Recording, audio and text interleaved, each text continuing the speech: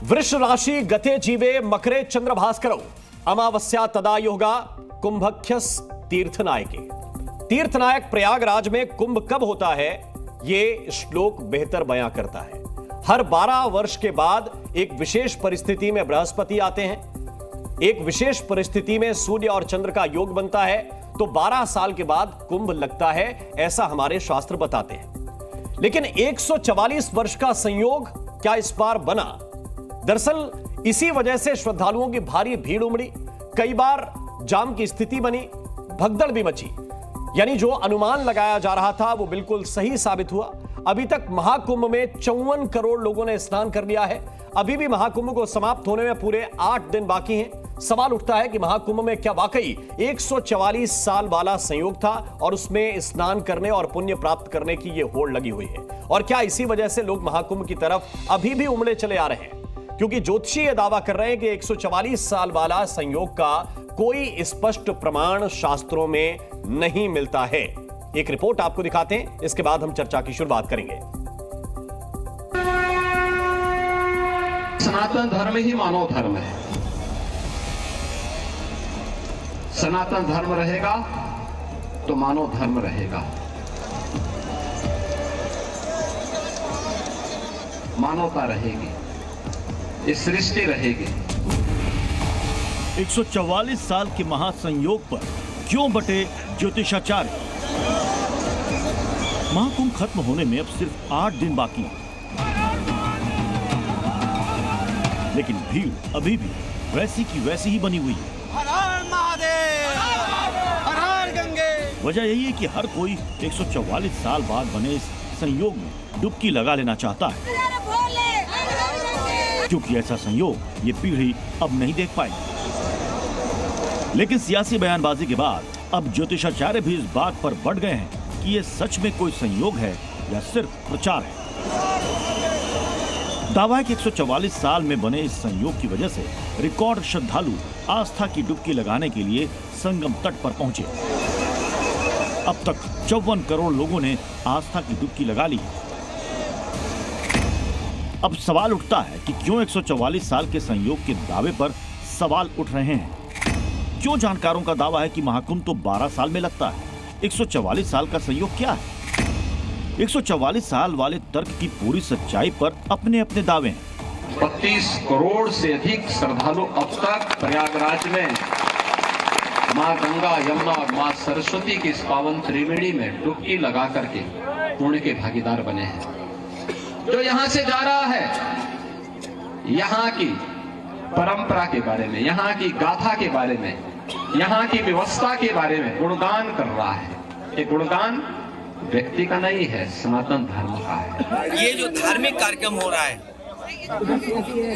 जिसका पूरे देश में प्रचार किया गया, महाकुंभ, भारतीय जनता पार्टी ने ऐसा प्रचार किया है कि पहले कभी कुंभ नहीं होता था। जब से भारतीय जनता पार्टी आई है तभी से कुंभ हो रहा है। सिर्फ विपक्षी नहीं, ज्योतिष पीठ के शंकराचार्य स्वामी अभिमुक्तेश्वरानंद सरस्वती ने भी 144 साल के संयोग पर सवाल खड़े कर दिए। यानी विपक्ष के साथ साथ साधु संतों ने भी इस दुर्लभ संयोग पर अलग अलग राय रख दी है। अब सवाल है कि क्या 144 साल का दिव्य संयोग था या नहीं?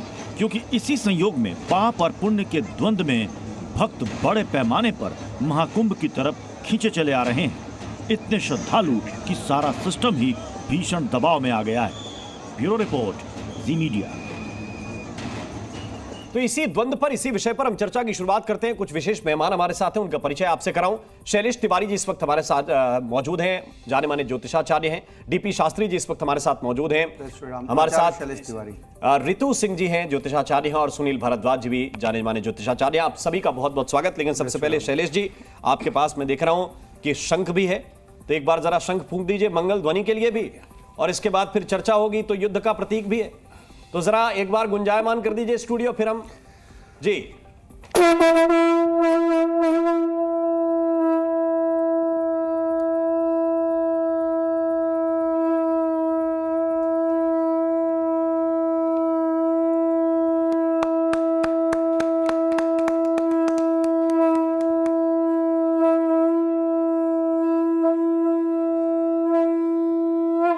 तो शैलेश जी ने शंख फूंक दिया है और अब मैं करता हूं व्यापक चर्चा की शुरुआत कुंभ के विषय में। महाराज जी, पहला प्रश्न आपसे, क्योंकि मैंने जितना पढ़ा है कुंभ के विषय में, एक बहुत ही पुनीत श्लोक है, उसमें कहा गया कि पूर्णा कुंभो अधिकाल अहिता तवम वै पश्यामो बहुधा न संता सा इमा भुवनानी प्रत्यंग कालम तमाहु परमे व्योमन। ये तो प्रत्यंग काल से चला आ रहा है, इसको हम तब से देख रहे हैं और पूर्ण कुंभ एक बार फिर से आ गया है।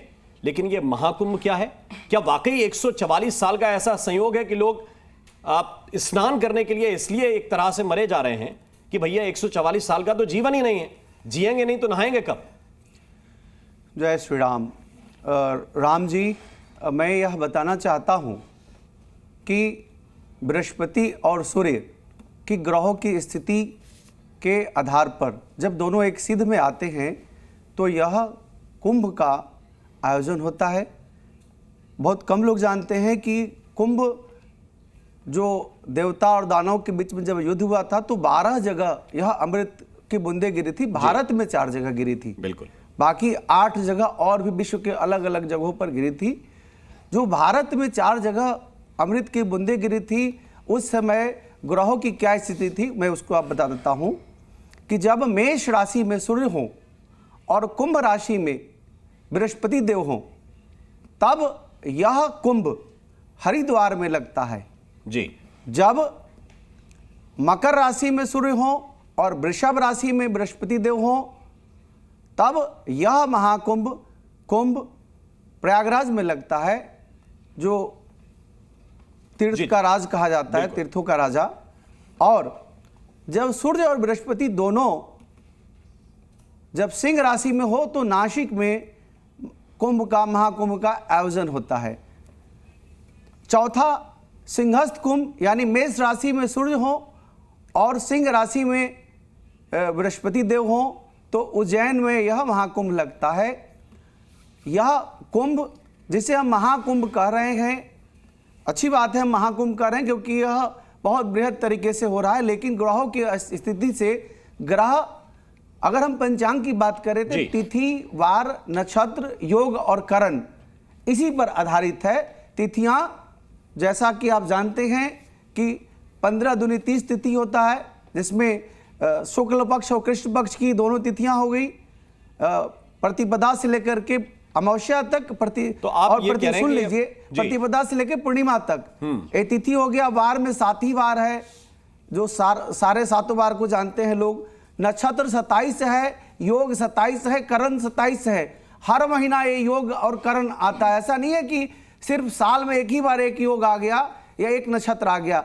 हर महीना में 27 नक्षत्र है। इसका मतलब यह एक दिन के बाद कोई ना कोई नक्षत्र, तिथि, वार, करण, योग सब चेंज होते रहता है। ऐसा कोई योग नहीं है कि 144 वर्ष के बाद यह महाकुंभ का आयोजन प्रयागराज में हो रहा है। 12 वर्ष का ही सिर्फ काल गणना सिर्फ 12 वर्ष का ही है, क्योंकि बृहस्पति देव 12 वर्ष में एक बार सूर्य की परिक्रमा करते, 11 वर्ष 250 दिन के करीब। ठीक है, यह मोटा मोटी 12 वर्ष में एक परिक्रमा बृहस्पति देव सूर्य का करते हैं। पूरा जो चक्र है वो बृहस्पति की गति पर आधारित है। बृहस्पति जहां भी होंगे उस हिसाब से यह तय होता है कि कुंभ कहां पर होगा। लेकिन फिर क्यों कहा जा रहा है ये, सुनील भारद्वाज जी जरा हमें समझाइए कि ये 144 साल का योग बना, ये पहली बार नहीं कहा जा रहा है। 2013 में भी ये बहुत से लोगों ने दावा किया था कि 144 साल वाला योग है।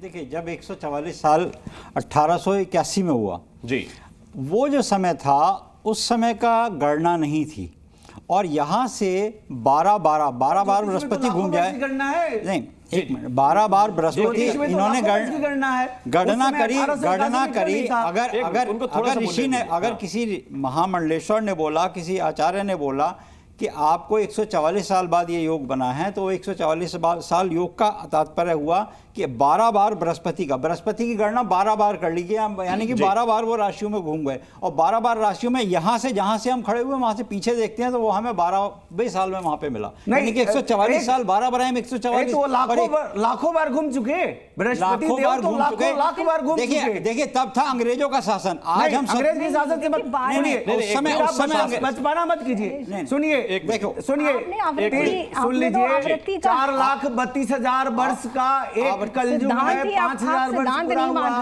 और 4 युग में त्रेता, द्वापर, सतयुग, सभी युगों चार में युग जब बनते हैं, महाकुंभ सभी युगों में हुआ है, ऐसा नहीं है। कुंभ होता क्यों है, पहले आप ये तो देखिए कुंभ होता क्यों है। चलिए जी, एक मिनट, डीपी जी आपके पास आऊंगा, पहले ऋतु जी आप कुंभ में आप कंप्लीट बता रहे हैं 4 युग, आप देखिए कि 4 युग अगर कि जब 1000 साल हो जाते हैं, 1000 बार 4 युग जब बीत जाते हैं तो एक मनवंतर होता है, आप मानते हैं। और जब 72 मनवंतर बीत जाता है तो एक कल्प हम मानते हैं। अरे मैं आपकी बात कर रही हूँ, ज्ञान की, आपको बहुत ज्ञानी है।